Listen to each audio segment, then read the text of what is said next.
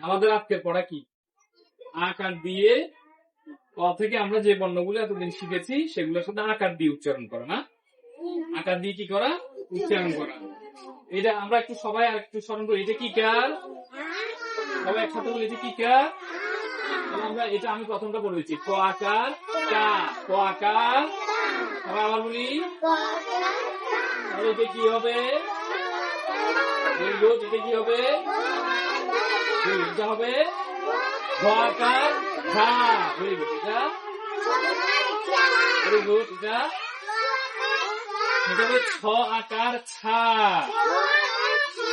এটা বর্গীয় জ আকার যা। এটা ঝ আকার, আবার বলি ছ আকার, আবার বলি ঝ আকার। পারবো সবাই? পারবো?